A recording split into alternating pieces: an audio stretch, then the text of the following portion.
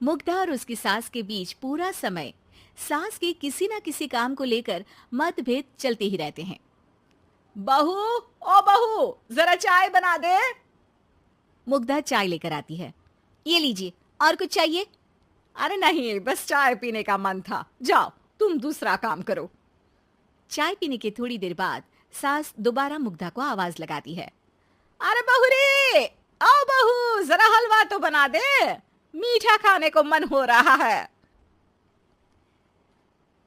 इसी तरह मुग्धा की सास पूरा समय कोई ना कोई काम बताकर उसे रसोई से बाहर तक निकलने नहीं देती। कभी चाय, कभी हलवा, कभी पानी तो कभी दूध, हर समय खाने को चाहिए। और उसके लिए अपने हाथ पर बिल्कुल नहीं हिलाने। परेशान किया हुआ है इन्होंने। सास की जबरदस्ती परेशान करने की आदतों से दुखी मुग्धा एक शाम सचिन के साथ अपने कमरे में बैठी हुई बात कर रही होती है। सुनो जी, मम्मी जी की ये जानबूझकर मुझे परेशान करने की फरमाइशों से मैं बहुत फ्रस्ट्रेट हो चुकी हूँ। पूरे दिन में एक सेकंड का आराम नहीं मिलता। रसोई से बाहर कदम रखती नहीं कि बहू ये बना दे, बहुरी वो बना दे। अरे इनकी फरमाइशें चलती ही रहती है। अरे मुग्धा, माँ खाने की शौकीन है, पर उम्र हो चली है, खुद खाना नहीं बना सकती, इसलिए तुमसे बोलती है। अरे तो शौक भी उम्र देख कर रखने चाहिए ना। समझ में नहीं आता, हर समय फेविकॉल का जोड़ लगाए सोफे से चिपके बैठी रहती है। इतना सब डाइजेस्ट कैसे हो जाता है उन्हें? अरे तुम मेरी माँ से इतनी नफरत कैसे कर सकती हो? मैं उनसे नफरत नहीं करती जी, बस परेशान हूँ। जहां मुग्धा अपने पति से ये सब बोल रही होती है, वहीं उसकी सास भी कमरे के बाहर दरवाजे से कान लगाए सारी बातें सुन रही होती है और अगली दोपहर रसोई में मुग्धा के पास जाती है। बहू, आज ना मेरा कुछ मसालेदार खाने का मन है। तो चाय बना दो, मुझे बहुत पसंद है। अरे ना, ऐसा कर लिट्टी चोखा बना ले। और हाँ, जितना मसाला बातों में मिलाकर पति को सुनाती हो ना, सब्जी में भी वैसे ही डाला करो, खाना स्वादिष्ट बनेगा। सास की बात सुनकर मुग्धा हैरान रह जाती है। मतलब अब पूरा समय मुझ पर हुक्म चलाने के साथ बंद कमरे में हुई पति पत्नी की बीच की बातें भी सुनती है? अरे बात जब मेरी थी तो सुनने में क्या दिक्कत है? ये कहकर सास वहां से चली जाती है। अरे अब तो हद पार हो गई, इस तरह से तो ये मेरा जीना मुश्किल कर देंगी। मुग्धा सास की हरकतों से परेशान उसका हल सोचने लगती है और इसी तरह कुछ दिन बीत जाते हैं, जिसमें सास का जन्मदिन आता है। मुग्धा बहुत खुशी के साथ अपनी सास को एंड्रॉइड मोबाइल गिफ्ट करती है। मम्मी, आपको सबसे बात करने के लिए बहुत दिक्कत होती है ना?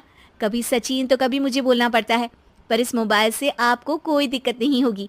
एक जगह बैठे बैठे बहुत कुछ कर सकती हैं अब आप। मोबाइल देख सासू माँ खुश हो जाती है, पर उसे इस्तेमाल करना तो आता नहीं, इसलिए साइड में रख देती है। जिसे देख मुग्धा घर का सारा काम छोड़ मोबाइल सेट कर सास को इस्तेमाल करना सिखाने लगती है, जिसके बाद अब सास पूरा समय मोबाइल में ही लगी रहती है। हाय, जब से मम्मी को मोबाइल मिला है मेरी लाइफ में कितनी शांति आई है। अच्छा है, इसी तरह बिजी रहे तो मैं भी सुकून की जिंदगी जी पाऊंगी। अब मुग्धा जब मन करे काम करना, जैसा चाहे वैसा खाना बनाकर खाना, पूरा समय रिलैक्स और खुश रहने लगती है। क्या बात है, आजकल तुम बहुत चहक रही हो।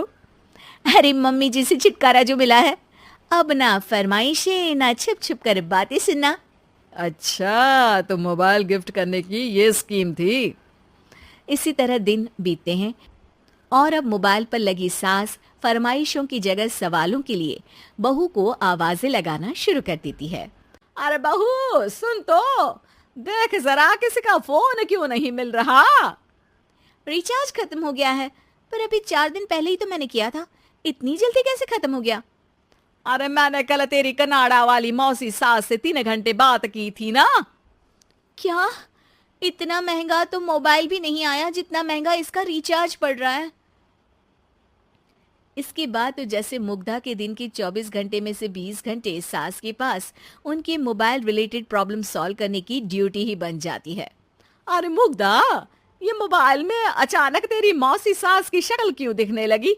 और ये तो हिल भी रही है। मम्मी, ये गूगल डुओ का वीडियो कॉल है, इसमें आप बात करने के साथ एक दूसरे की शक्ल भी देख सकती हो।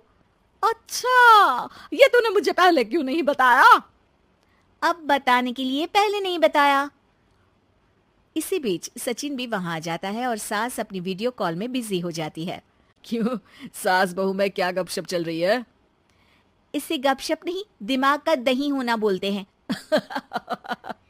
पर तुम तो मम्मी को मोबाइल देकर बहुत खुश थी, फिर क्या हुआ? हाँ, उसका सुकून भी कुछ ही दिन मिला। अब घर के टंटे खत्म हुए तो मोबाइल की टिंग टिंग शुरू हो गई। देखो भाई, कुछ पाने के लिए कुछ खोना तो पड़ता है।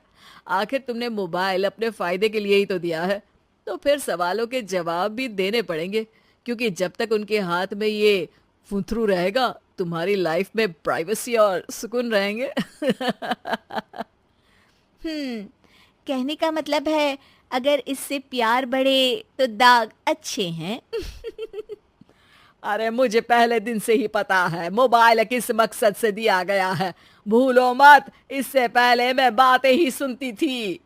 सास की ये बात सुनकर मुग्धा शॉक में और सचिन हंसता रह जाता। उम्मीद है कि आपको हमारी ये कहानी पसंद आई होगी। कृपया हमारे चैनल को सब्सक्राइब करें और सभी अपडेट्स के लिए बेल आइकन जरूर क्लिक करें। और हाँ, वीडियो लाइक और शेयर करना मत भूलिएगा। Bye bye.